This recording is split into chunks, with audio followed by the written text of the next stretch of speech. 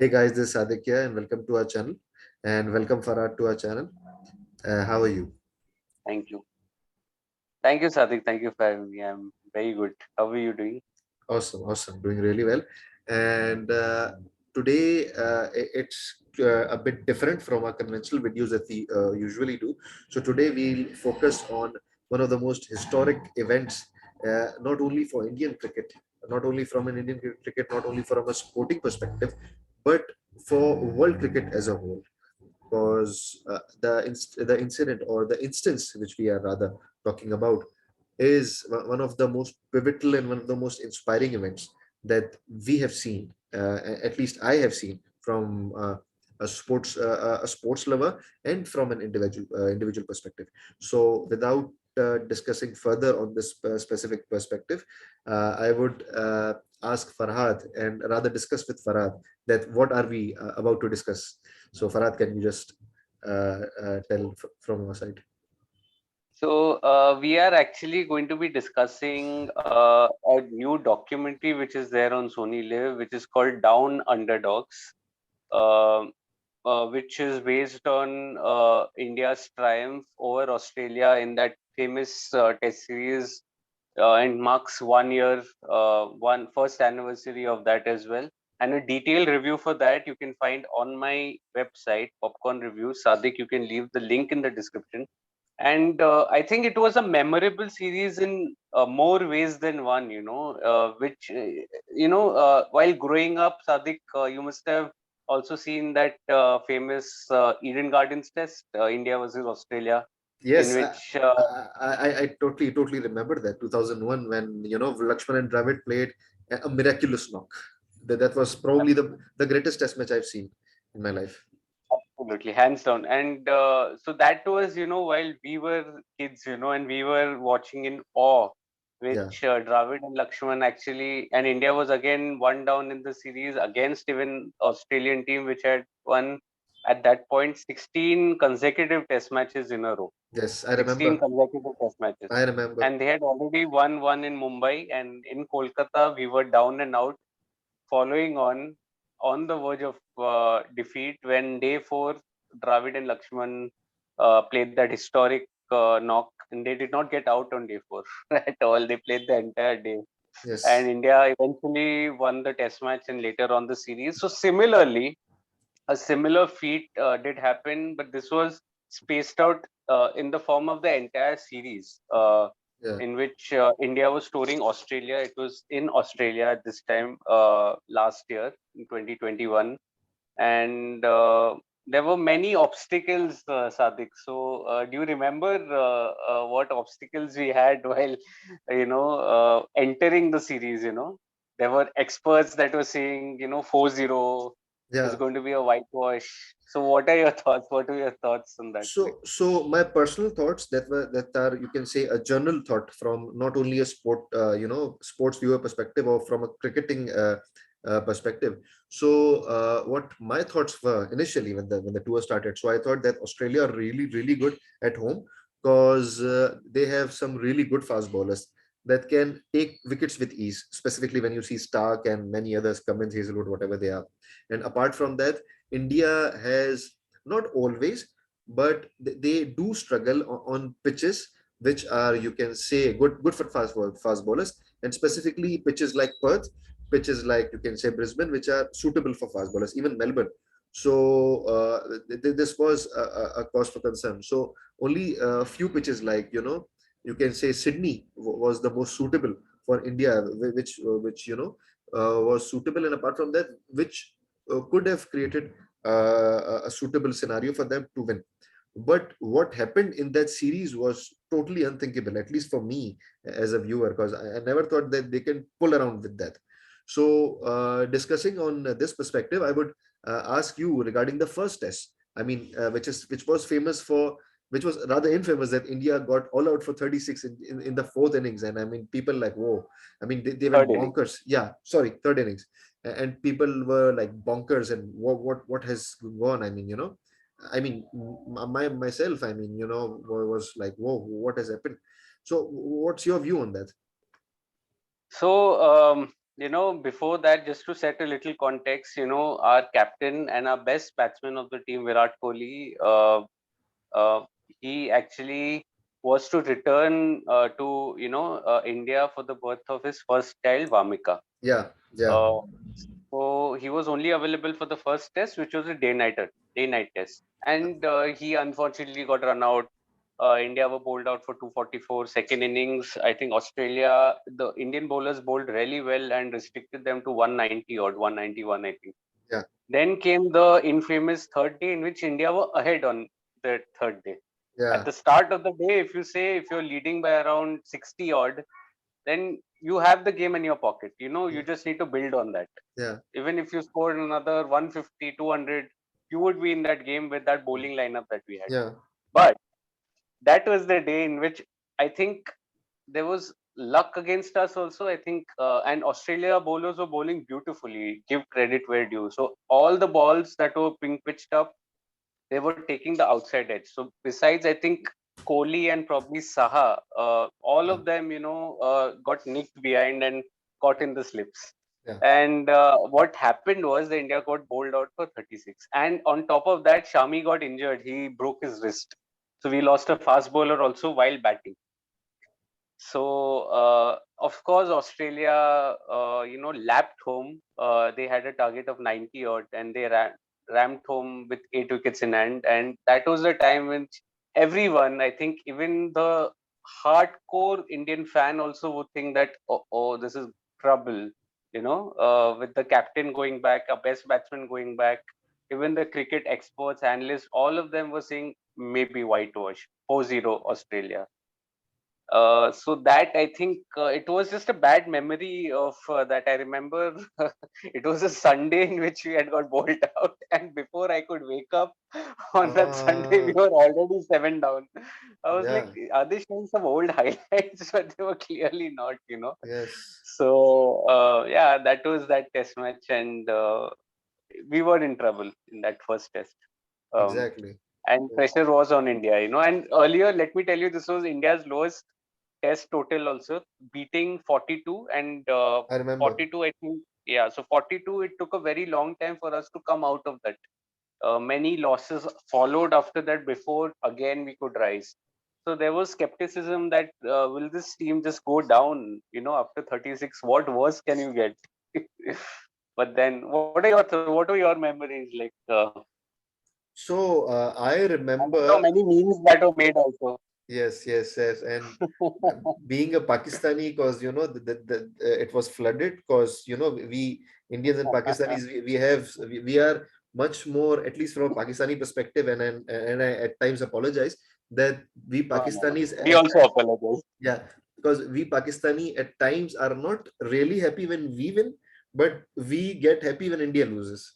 So this is an unfortunate perspective, or unfortunate scenario that we have. So I do remember that Shoaib Akhtar immediately posted a video when India got all out for 36. And I don't know why that he was looking very happy. And even Wasim Akram, I think, posted a video or something. I do remember that on Facebook or whatever it was. I am not sure it was on YouTube, but on Twitter or whatever it is, he posted something.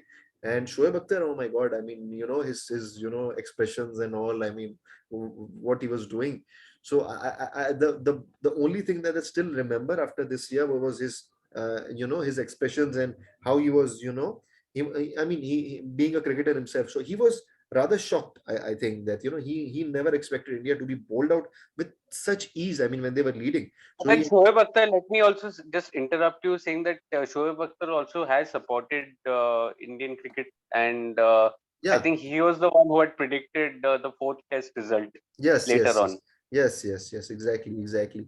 So he did. So that's why I think he was quite shocked that, and he may have thought that India at least would have fought, but they were, bowled out with ease. So that was my memory. So again, coming to the second test. So what was, your thoughts, or So what was your analysis on that?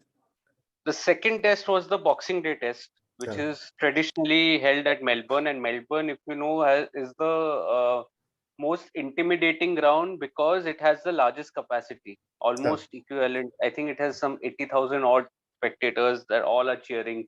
So Australia had won the toss and they had elected to bat. And I think that is where Australia lost a trick. They should have put India in, because coming, from that 36 all out knock to getting into the field first day of the Boxing Day test would have made that impact. But they did True. not. And as usual, the Indian bowlers were, you know, uh, immediately on point. Indian bowlers have been exceptional, in the past 4 5 years, I would say. When Yeah. the batting also wasn't doing well, it is the bowlers who were, pulling us out, and helping India win. And that was again one instance. I think Siraj was making his debut, and very impressive debut. Siraj had lost his father before the series, and he could not go back because of the COVID protocol. So this was like a poetic moment for him to make it count. And before that, he had a couple of years prior to that, he had already debuted for India in T20s, in which he was slaughtered. And Yeah. there were many memes that were made on him, and it was a perfect fairy tale. But then only thing was that his father was not there to see him play Test cricket, and it was a memorable debut for him. I remember him. Getting that wicket of David Warner wasn't in the second test. It was, I think, Marcus Harris or somebody. It was Matthew Wade. It was somebody. He had got out with that lovely outswinger to a left-hander. So that was, an important wicket. He got Labuschagne, I think, while flicking on the leg side. And so what happened was the Australia got bowled out for 195. They did not score 200 again. India again into bat. Uh, by the way, Rohit Sharma also wasn't there. He was to join India in the third test, from the third test. He would be available third and fourth. So we already had opening. We had some two, three changes that were there. Prithvi Shaw was dropped. Rishabh Pant was brought back. Shami, of course, because he'd broken his wrist. So Siraj made the debut in place of it.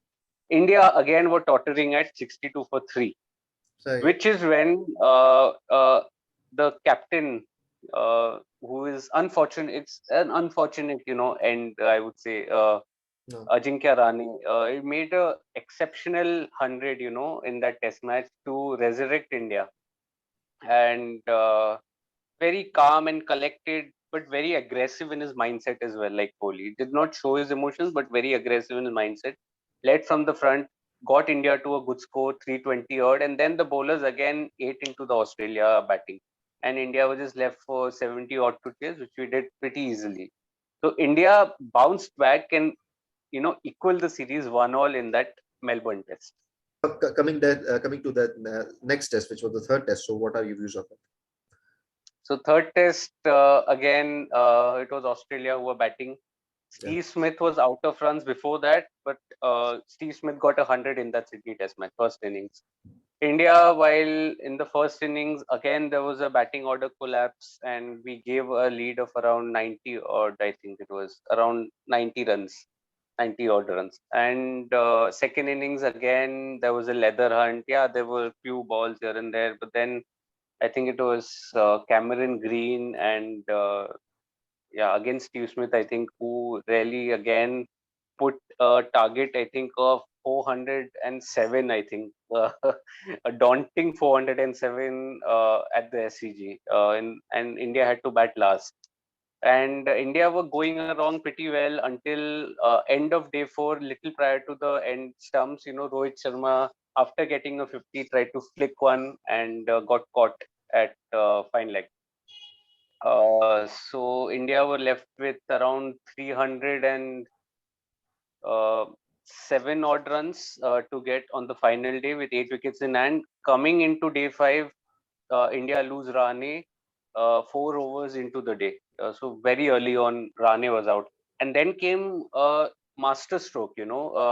Everyone was expecting Vihari at five, but Rishabh Pant was sent in, and Rishabh Pant and Pujara were at the crease, I remember, and they were chalk and cheese. One was stoic, defending, gritty, and the other was taking on the attack. I mean, Nathan Lyon, who was turning the ball square, he took on took and stepped out and started counter attacking, and at one point it seemed that we were actually going for the target, which it seemed like an unlikely victory, but then Rishabh Pant got out 3 short of 197 pe, and soon I think Pujara was also out, but before that, when Bihari came in, he had strained his hamstring, so he pulled a muscle, and it was a grade 2 tear that we came to know later on. And India were 5 down.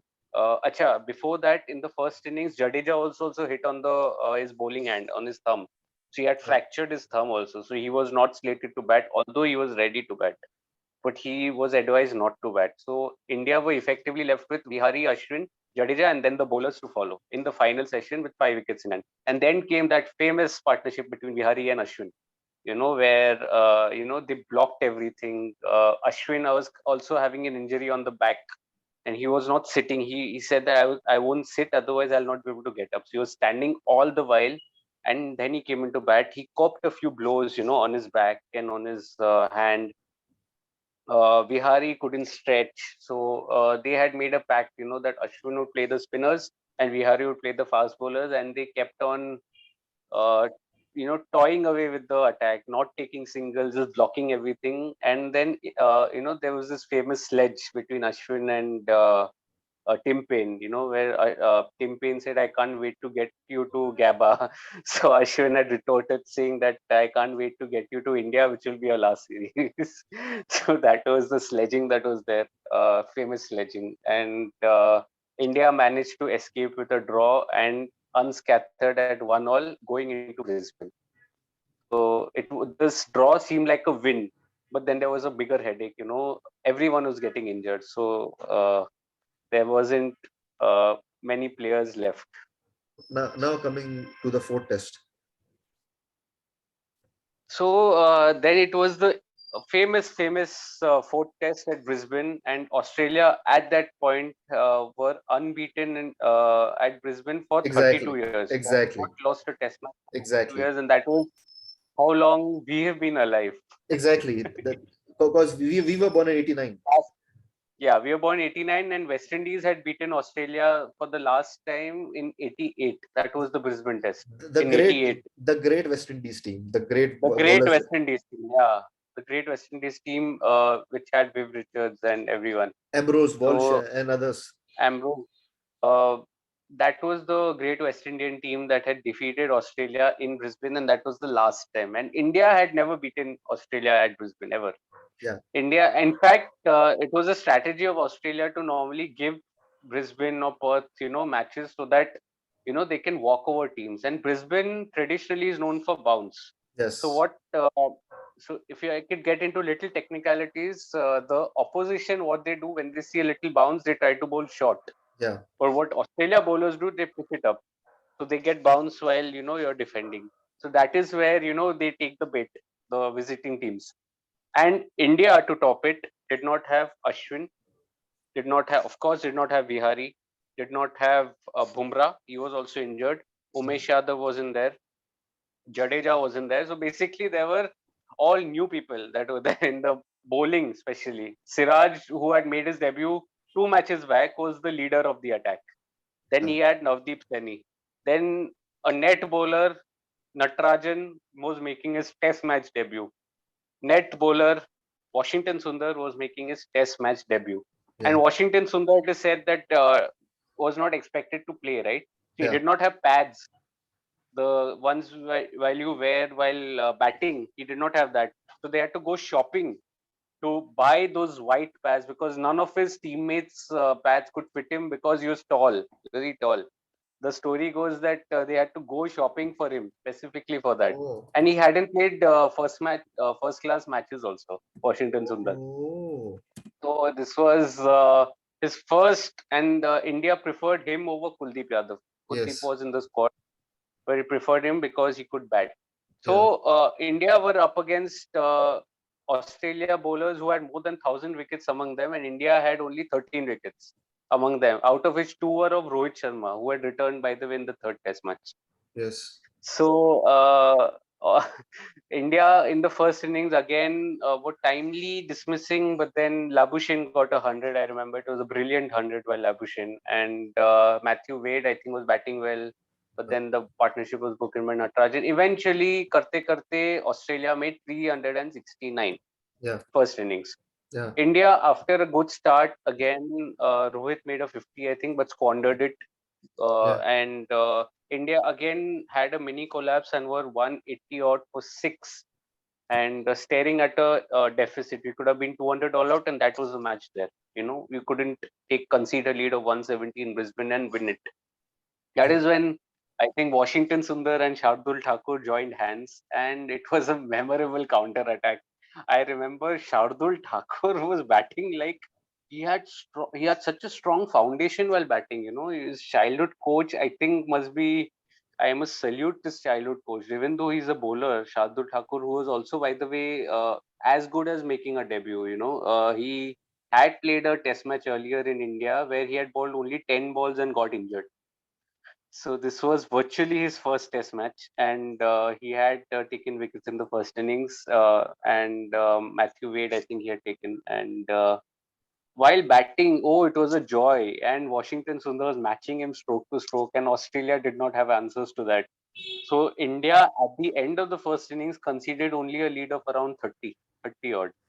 And then the bowlers came back in. Again, we were a little low. Australia got to a very good start in the second innings, but the pressure was on Australia to go for a win because India had earlier retained the Border Gavaskar Trophy when India had beaten them last time when India were in Australia, when Kohli was the captain and Steve Smith and Warner were banned. So India had the cup, and so if it was a draw, India would still have retained the Border Gavaskar. So it was up to Australia, and the onus was on Australia to go for the win. And in doing so, they collapsed for 270 odd. Siraj poetically took 5 wickets. Shardul Thakur took 4 wickets, and there was a question asked to Shardul Thakur, that did you regret not taking that wicket? He said, no, Siraj deserved it. He's gone through a lot, and I will take it later on, and I'm very happy for my teammate. So that was the team spirit that was there, in that dressing room. Everyone was like a family. Even if your hand was cut, you fight with the other hand. Even if you're injured, you still give everything. They were like band of brothers that were there, and the entire unit was like one.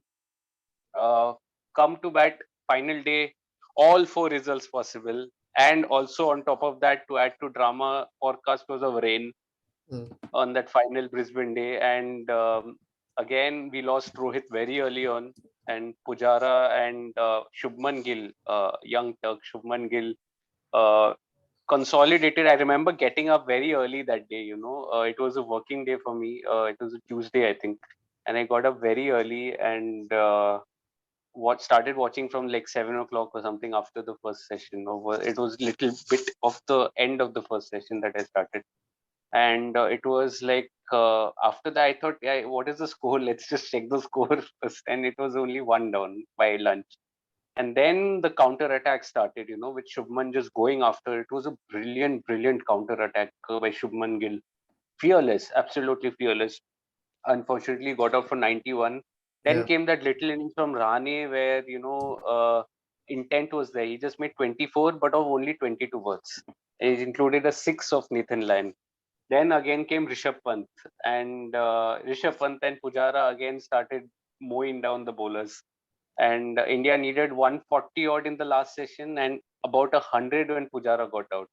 And that was the time in which he thought, okay, should we just put the shutters down? No, not quite. I think we should just go for the win. This time it'll be special.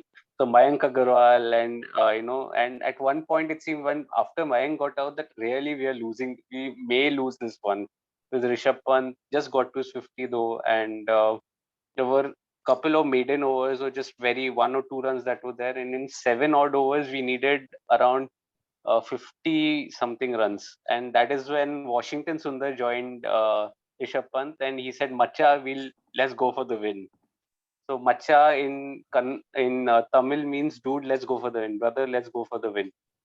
And he played the shot of the match for me. He pulled Pat Cummins over fine leg for a six, and that was a statement. And then they just went after the bowlers. In 3 odd overs, we just made like 30 odd runs straight away.